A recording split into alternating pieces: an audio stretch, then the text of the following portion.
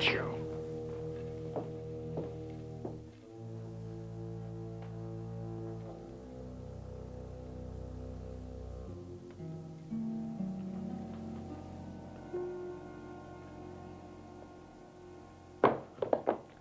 Now, look here.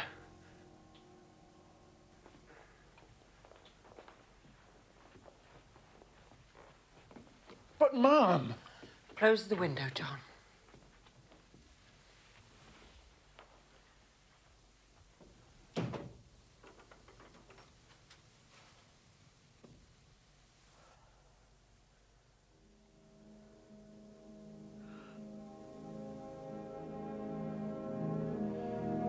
To Sherlock Holmes, she was always the woman, the beautiful Irena Adler, of dubious and questionable memory.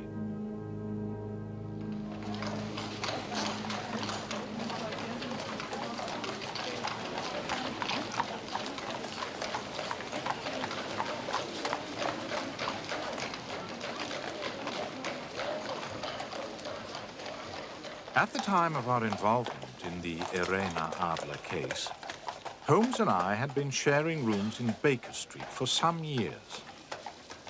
My practice had caused me to be absent in the country for several days. As usual, after leaving Holmes for any length of time, I returned filled with apprehension as to his mood.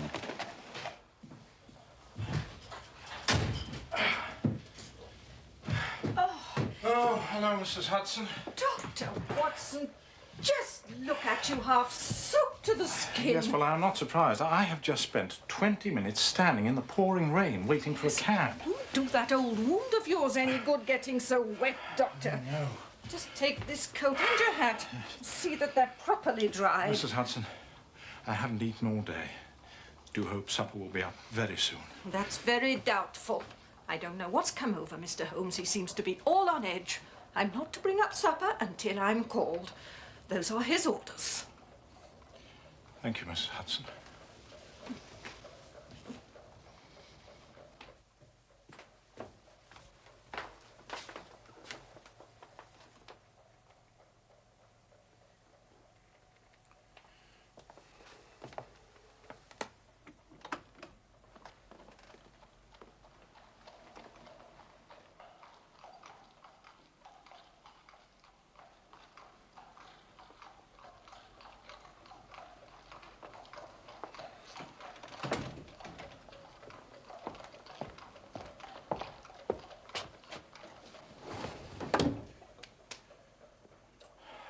My dear Holmes.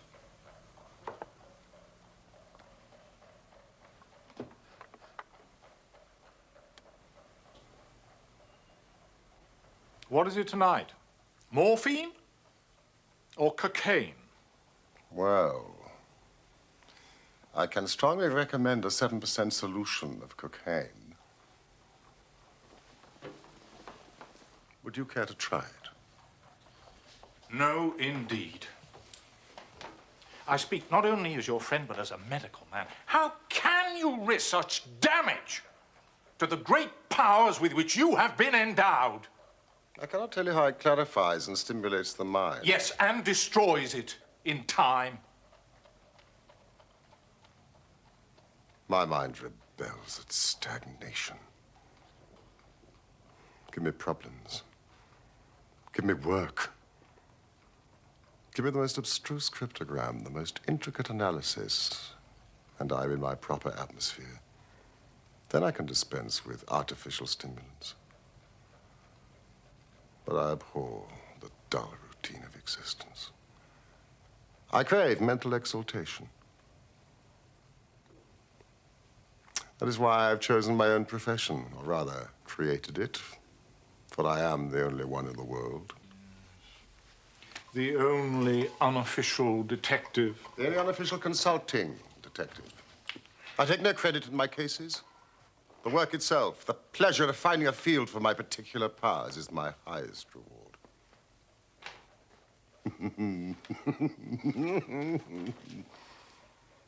You can close that drawer. You have made the wrong diagnosis, Doctor. I have my stimulant here.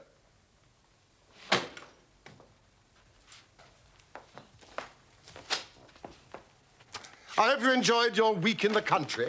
It was good for the appetite. Incidentally, I do wish you would ring for supper.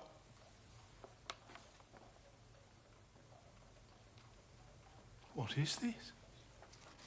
Yes, I must get ready for my visitor. It came by the morning post. Give me your observations.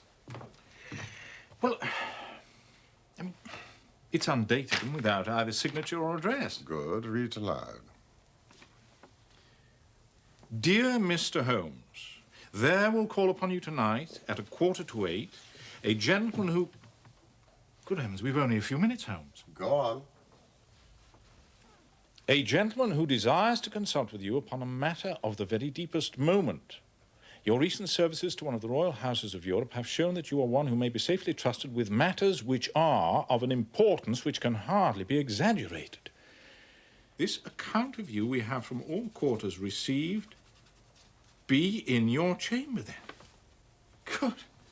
Good heavens, this is a mystery indeed. What do you imagine it means? Well, I have no data yet. It is a capital mistake to theorize before one has data. But the note itself, what do you deduce from it? It's a man's writing. Good. Presumably well-to-do. It's expensive paper, this. It's peculiarly strong and stiff. Peculiar, that is the very word. It is not English paper at all. Hold it up to the light. Ah. Large E, small g, large P and G with a small T woven into the texture. And that is? Maker's monogram. Excellent, Watson. Come along. Let us consult our continental gazetteer. Your cigars. You see, I was not unmindful of your return. Oh. Would you care for some whiskey?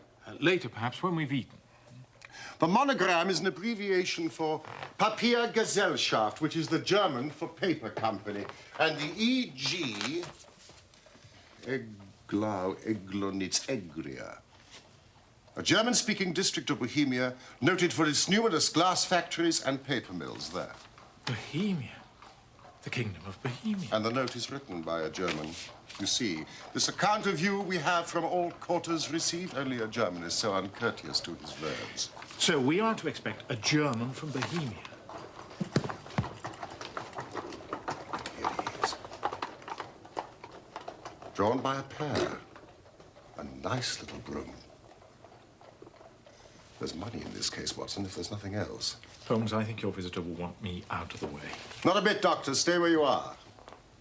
I am lost without my Boswell. But he sounded so secretive. I may need your help, and so may he. Now stay in that armchair and give me your full attention. Here he comes.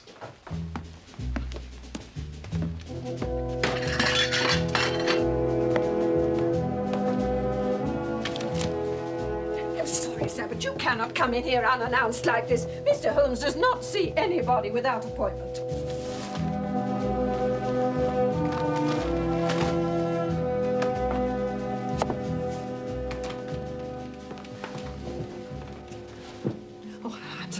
Mr. Holmes, there was nothing I could do. It's perfectly all right, Mrs. Hudson. If you would kindly leave us and close the door. Thank you.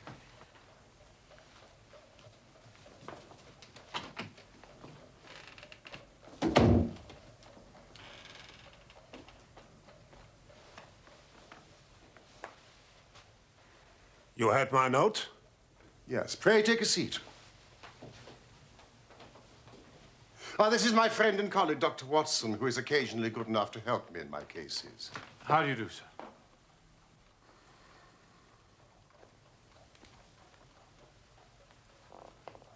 Whom do I have the honor to address? You may address me as the Count von Kramm, a Bohemian nobleman. I should much prefer to communicate with you alone. No, it is both or none. You may say before this gentleman anything which you may wish to say to me. Very well, I take your word that he is a man of honor and discretion. But I must begin by binding you both to absolute secrecy for a period of 2 years. Indeed. At the end of that time, the matter will be of no importance. At present, it is of such weight that it may have an influence upon European history. I promise. And I. You will excuse this mask. The august person who employs me wishes his agent to be unknown to you. In fact, I may confess that the title I've given you is not exactly my own. I was aware of that. The circumstances are of great delicacy. Every precaution must be taken to prevent an immense scandal which would seriously compromise one of the royal houses of Europe. To speak plainly, the matter concerns the great house of Ormstein, hereditary kings of Bohemia. I was aware of that too, Your Majesty.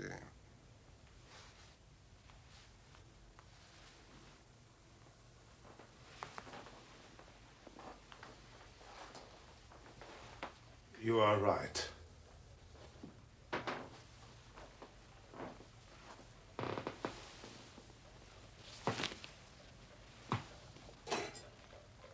I am the king.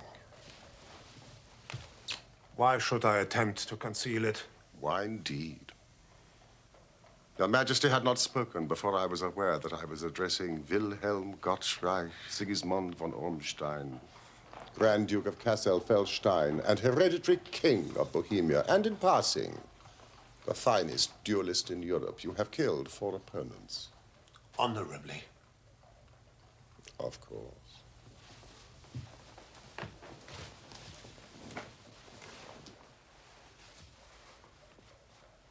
The facts are briefly these.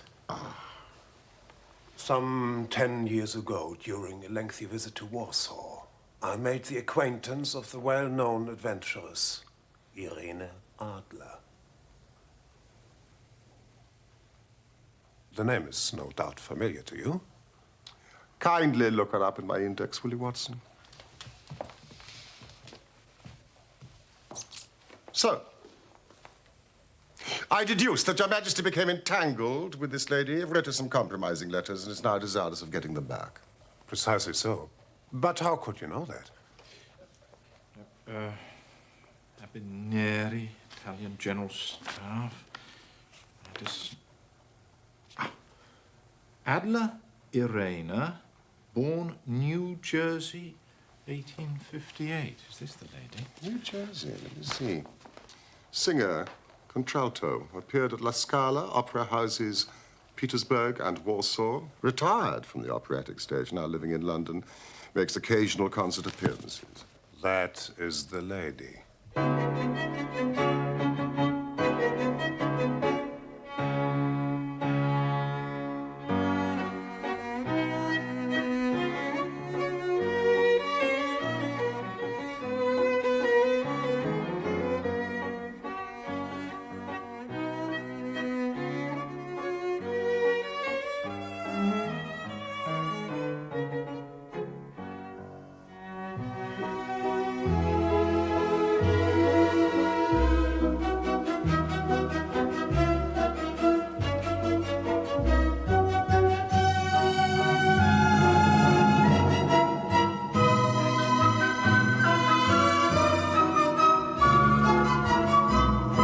Was there a secret marriage? None. No legal papers or certificates? None. Then I fail to follow, Your Majesty. If this person should produce your letters for blackmailing or other purposes, how is she to prove their authenticity? There is the writing. Poo-poo forgery. My private writing paper. Stolen. My own seal. Imitated. My photograph. Bought. We were both in that photograph.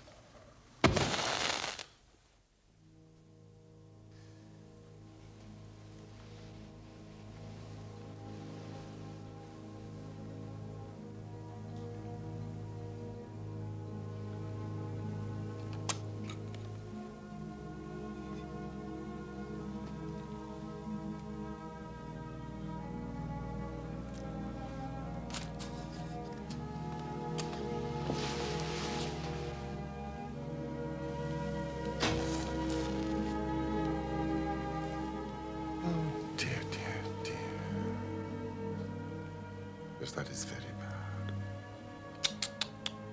Her Majesty has certainly committed an indiscretion. She was beautiful, bewitching, clever, daring.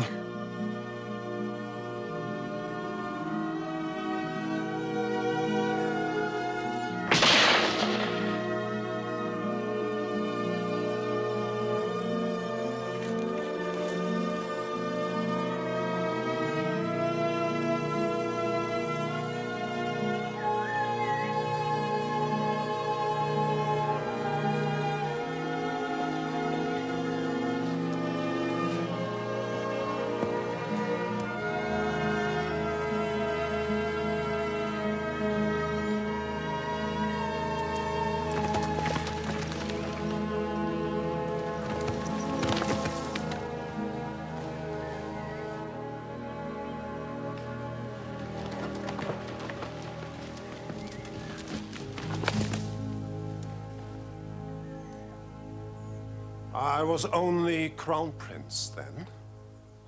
I was young. I am but 30 now. Of course, Your Majesty has attempted to recover the photograph. We have tried and failed. Then Your Majesty must pay. It must be bought. She will not sell. Stolen, then? 5 attempts have been made. Twice, burglars in my pay ransacked her house. Once we diverted her luggage when she traveled. Twice she has been waylaid. There has been no sign of it. Huh.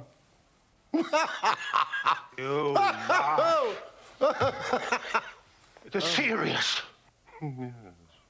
Yes, it is very serious indeed. Well, what does she propose to do with this photograph, if not to extort money?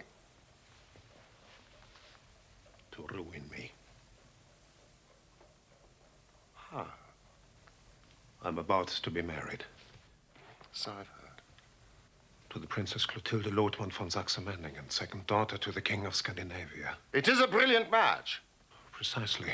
But you will know the strict principles of her family. She's herself the soul of delicacy. A shadow of doubt as to my conduct would bring the matter to an end.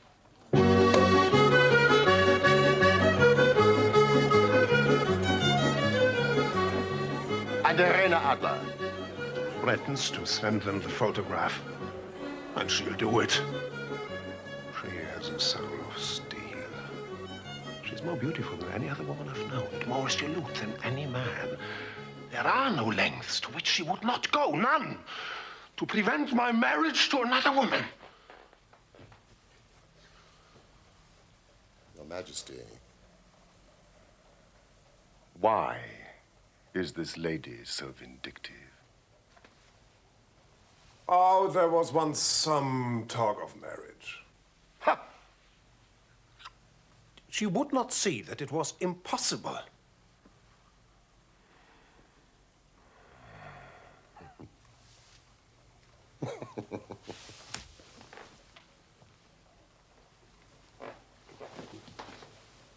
You are sure that she has not sent the photograph yet?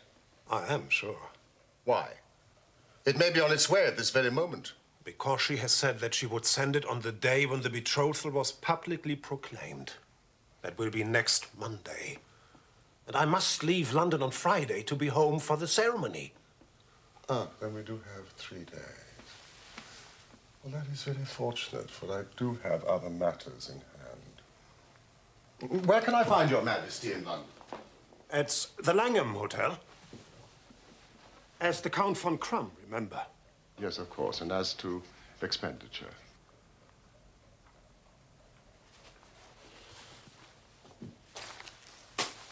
Here are 300 pounds in gold and 700 in notes. And Miss Irena Adler's address. Good night, Your Majesty, and I trust we shall soon have good news for you.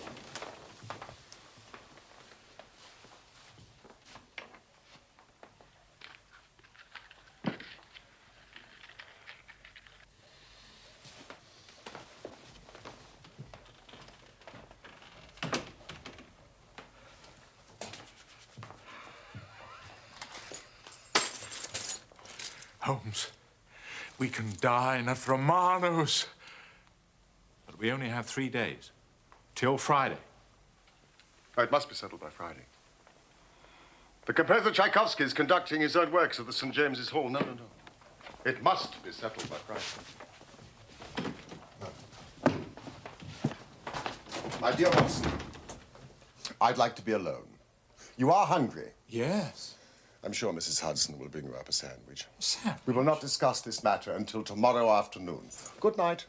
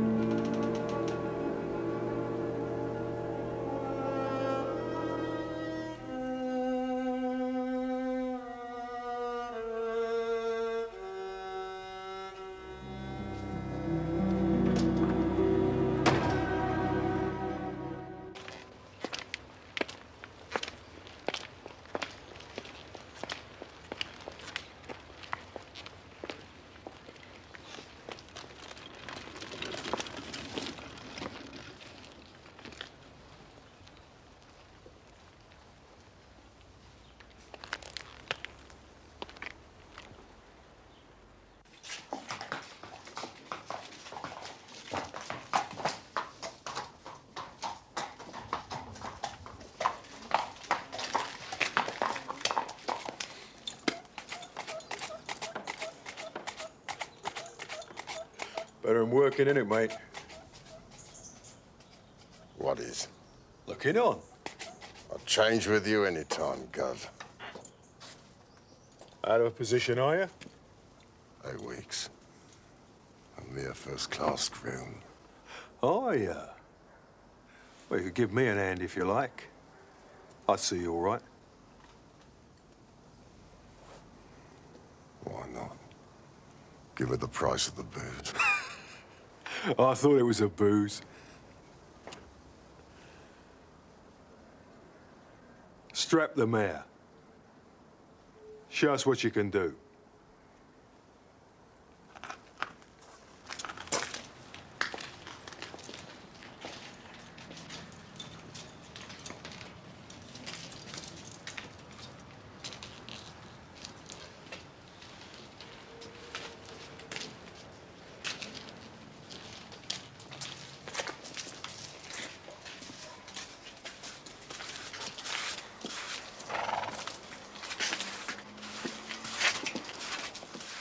I spent a couple of hours with the cabbie and his cronies. Miss Irene Adler has certainly turned all men's heads in those parts. She is the daintiest thing under a bonnet on this planet. So say the Serpentine News fraternity to a man.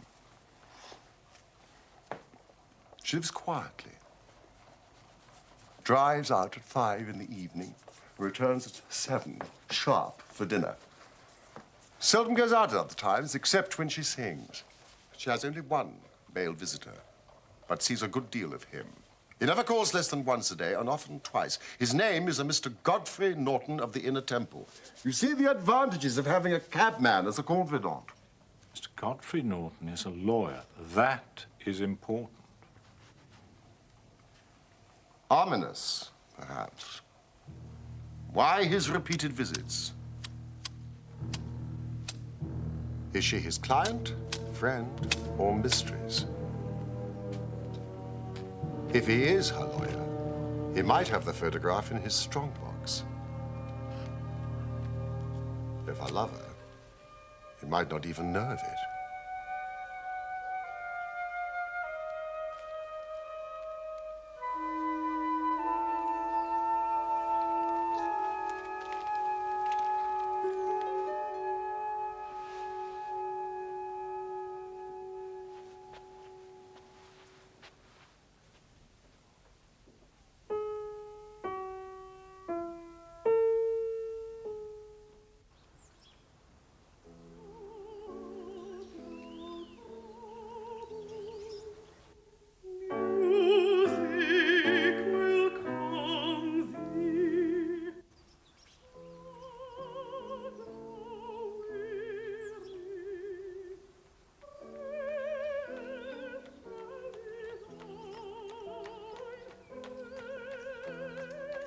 She had just begun to sing. She has the voice of an angel, Watson, when a truly surprising chain of events overtook me, starting with the arrival of someone I presumed to be Mr. Godfrey Norton. Wait for me, will you?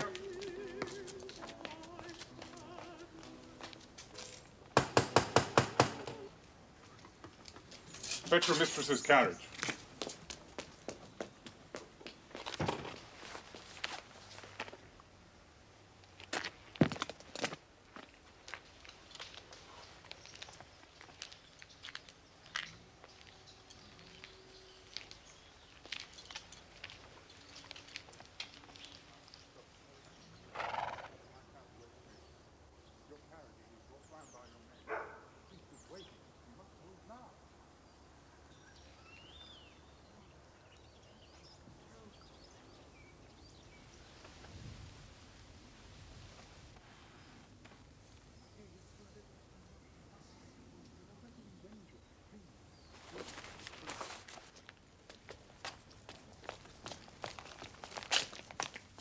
Drive like the devil. Church of St. Monica, Edge Railroad. I must arrive there at least 5 minutes before 12. That gives you 20 minutes. Half a guinea if you do it.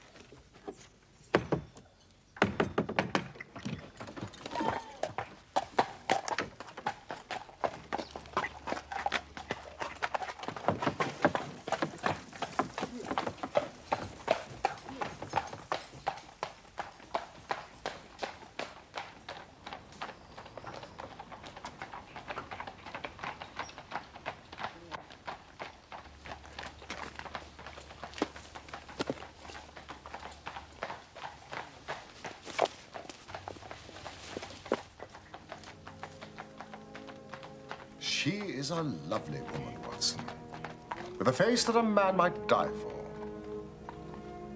Face a man might die for. Unusual language for you, Holmes. A metaphor, Watson, nothing else. I was just about to sprint after a landowner and perch on the back when another cab came through the street. He looked twice, such a shabby fare. But I jumped in before he had time to object. Showed him a handful of sovereigns and promised him one if he would get me to the Church of St. Monica within 20 minutes. Now, I don't think that I have ever been driven faster in a cab. But they were there before us.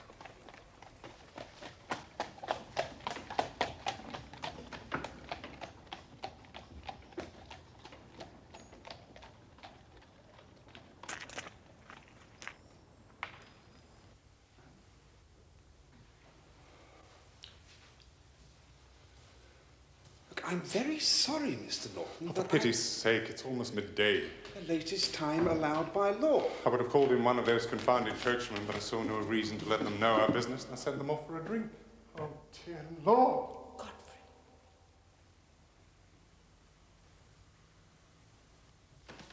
You, come here, man.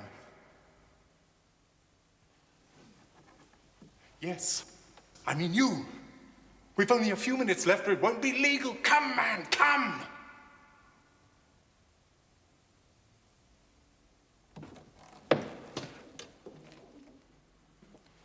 Hold this and do as you're told. You'll be paid. Ah, we have our witness. The ceremony may proceed.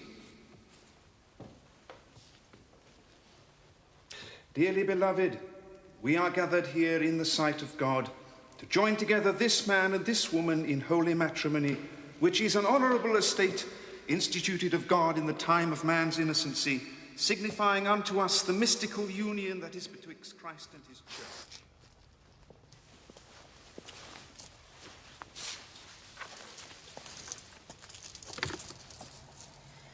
Irena.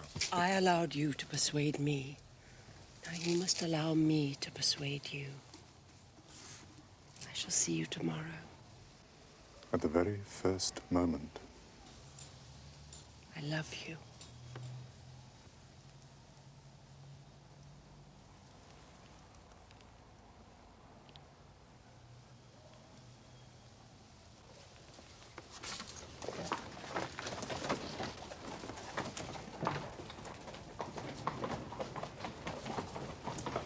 John?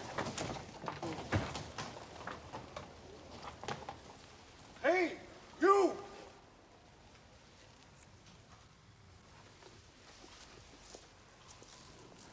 Come here, my man. Come here. Godfrey, let me.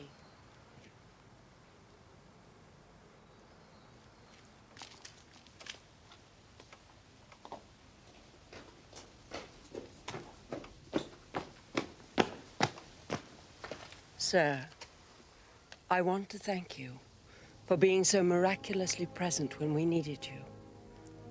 How fortunate that you have remained close by. Well, I'm in no hurry, Mom. I hope you will accept this.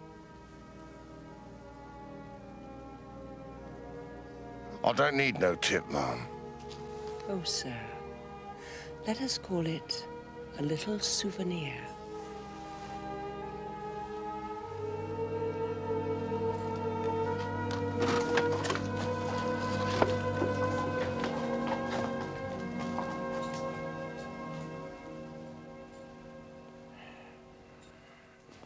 She gave me a sovereign.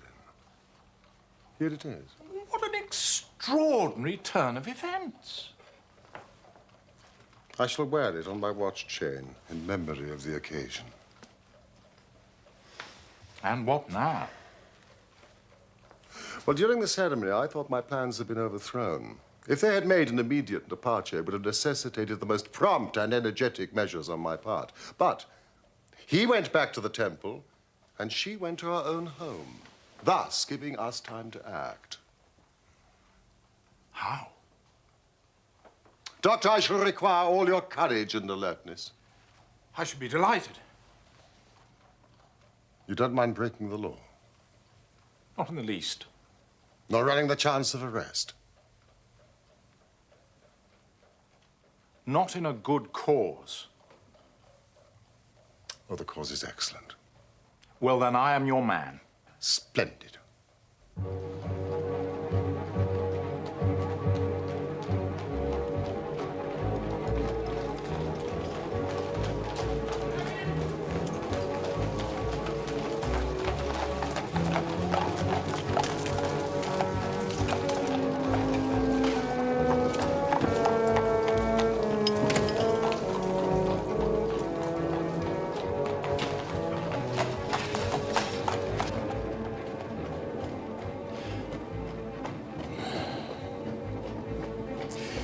Now, the question is, Holmes, you really do look quite remarkable. No, the question is where to find the photograph. I mean, the house has twice been burgled. She was too clever for them. She is a remarkable woman. Well, they must have searched very thoroughly. They did not know how to look. And how will you look? I shall not look. What then? I will allow her to show me. But she refused. She will not be able to. Ah, we draw near the scene of action. We had better walk from here.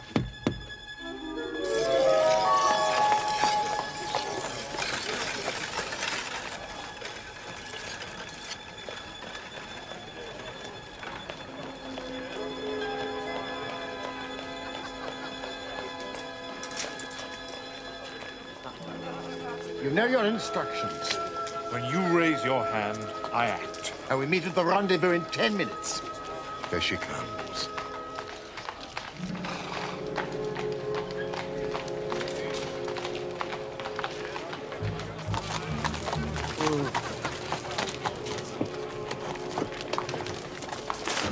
Oh, no, you don't have it.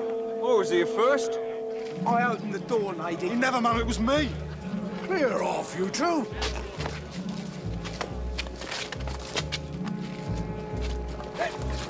Me? Oh! Opening carriage doors is a legitimate means of livelihood, Mr. Flunky. You ain't gonna stop a man earning a copper, see? Pass. You there. Let go of my coachman. Take the bread from me mouth, would ya? I'll fill your mouth, chum. Oh.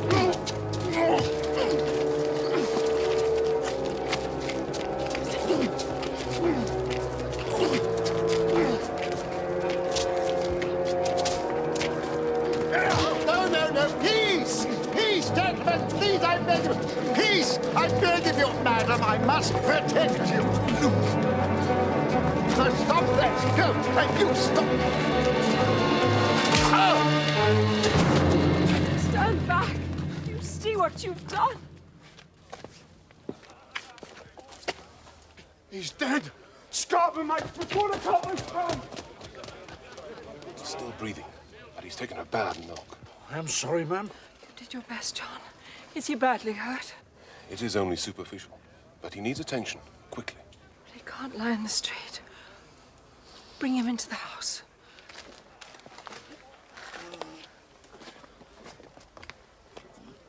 All right, sir.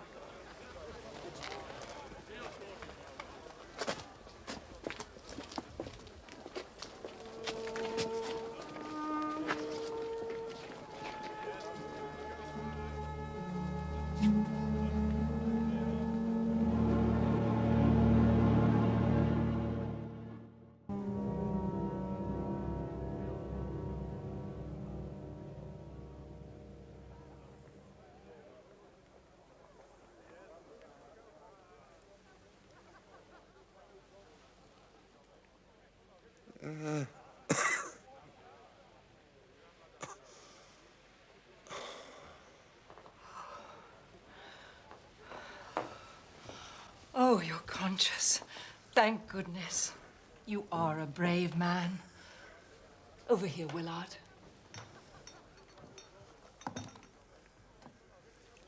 No, stand back. I shall look after my friend in need. Sir, will you look toward me? It is no sight for a lady. I have strong nerves, dear friend. No, I cannot permit. Thank you. A bandage. As you wish.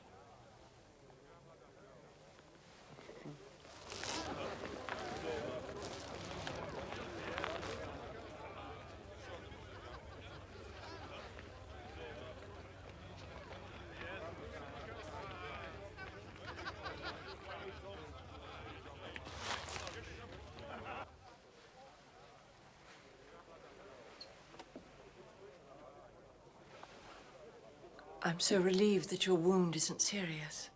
Well, it is but shallow, and the concussion wears off.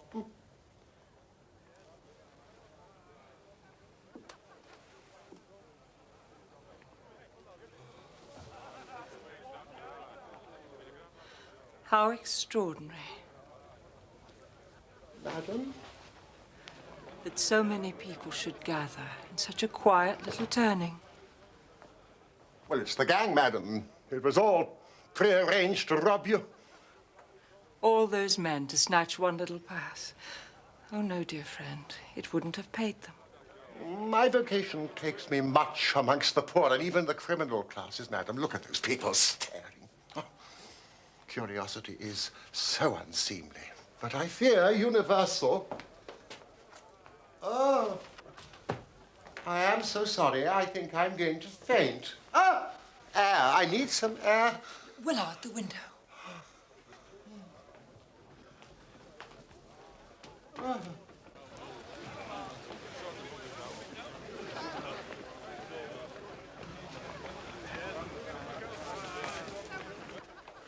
Some drinking water. Are there any smelling salts?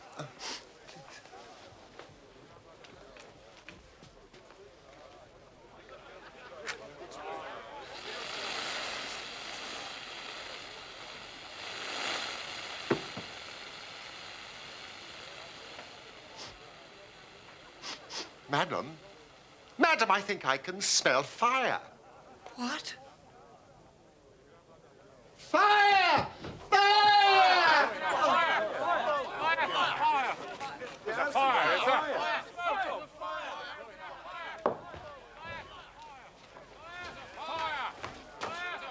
Madam, come out of here quickly. I'll take care of the old gentleman. I can't breathe. It's a false alarm. It's a false alarm. Look. It's a trick. It's a trick. Tell them. Tell them. Oh. It's a false alarm. Do you hear? We do not need the fire engine.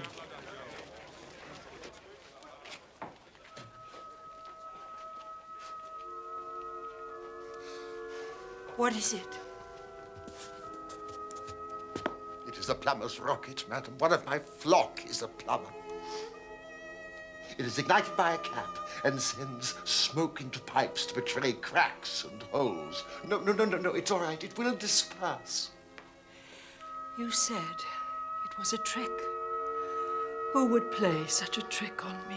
One of the gang, madam. But to what purpose? I've escaped them. Revenge.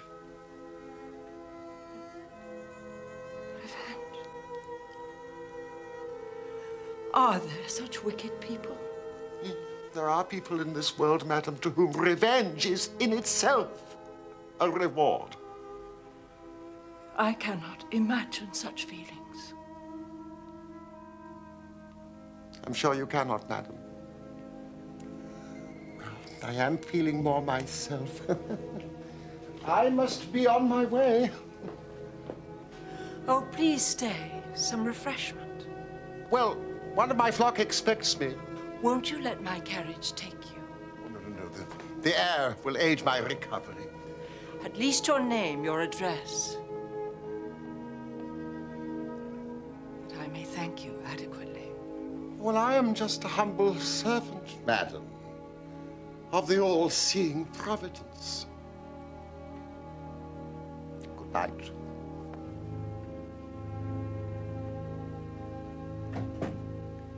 Good night.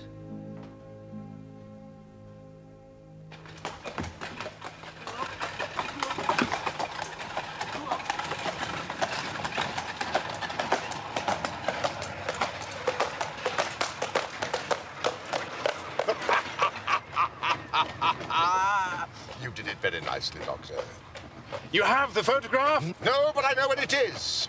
How did you find out? She showed me, as I told you she would.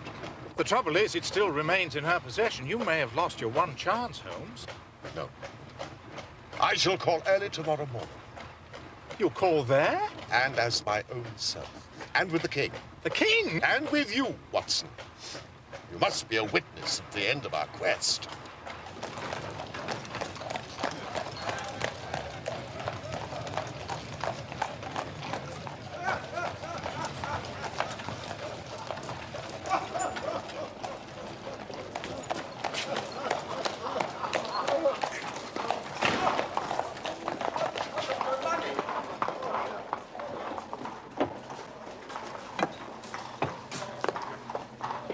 I trust you will sleep well tonight for a change, Holmes. Well, there's nothing like success for curing insomnia. Good night, Mr. Sherlock Holmes. Watson. Holmes.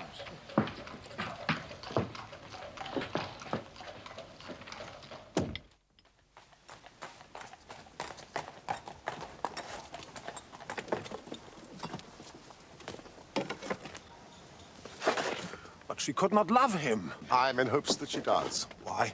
Because it would spare your majesty all fear of future annoyance. If she loves her husband, then she does not love your majesty. And if she does not love your majesty, why should she interfere with your majesty's marriage?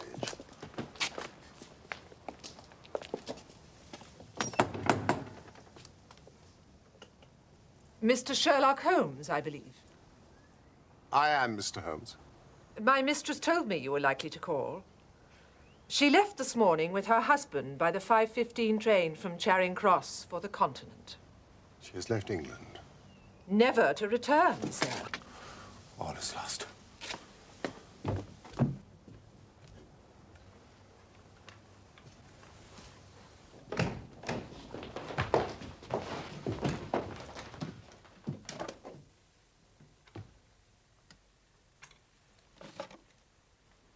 Wir sind gerettet.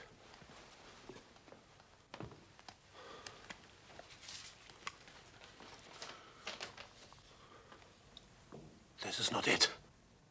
Holmes, this is a different photograph.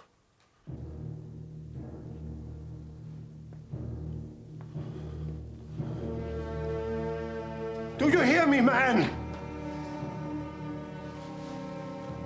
The letter. It is addressed to me. My dear Mr. Sherlock Holmes, you did it very well. You took me in completely until after the alarm was fired, I had not a suspicion. But then, when I found that I had betrayed myself, it flashed into my mind that I had been warned against you months ago. I had been told that if the king employed an agent, it would certainly be you. Yet, with all this, you made me reveal what you wanted to know. Even before, when the presence of so many people in the street had sounded an alarm in my instinct, I could not think evil of such a dear, kind old clergyman. But you know, I have been trained as an actress myself, and male costume is nothing new to me. Yes, it was I who followed you to your door, just to make sure that you really were the celebrated Mr. Sherlock Holmes. It was I who rather imprudently wished you good night. Then I started for the temple to see my new husband.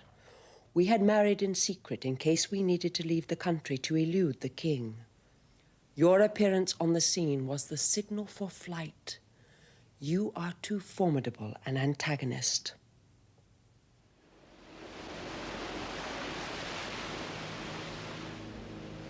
You will find the nest empty when you call tomorrow. As to the photograph, your client may rest in peace. I love and am loved by a better man than he.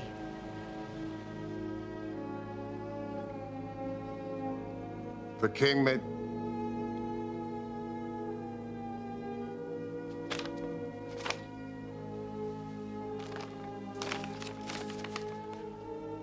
The king may do what he will without hindrance from one whom he has cruelly wronged. I kept it only to safeguard myself and to preserve a weapon which will always secure me from any steps he may take.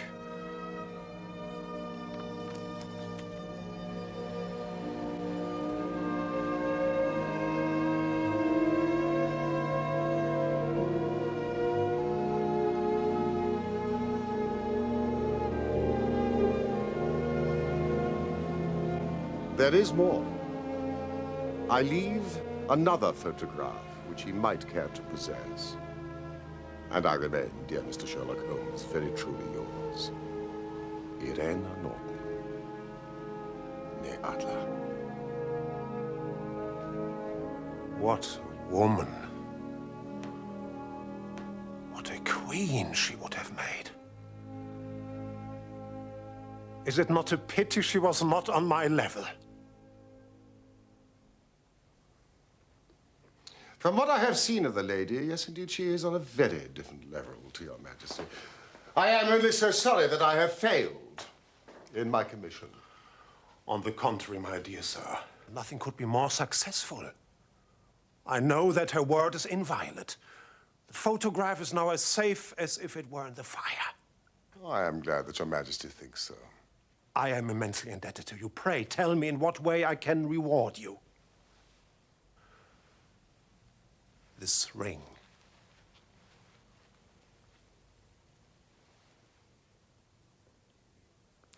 Your Majesty has something which I should value even more highly. You have but to name it. This. Irene's photograph. Certainly, if you wish it. Then I have the honor to wish your Majesty a very good morning.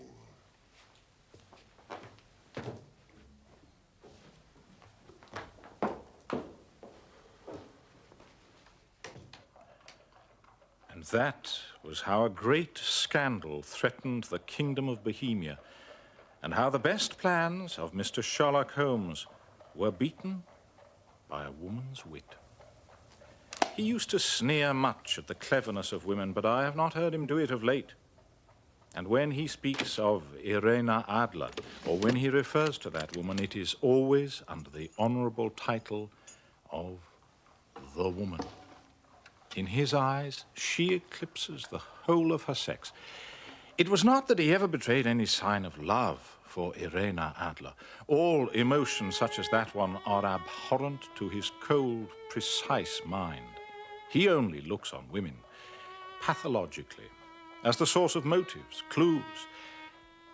And yet, he keeps her photograph apart, locked up. There is but one woman to him, the beautiful Irena Adler of dubious and questionable memory.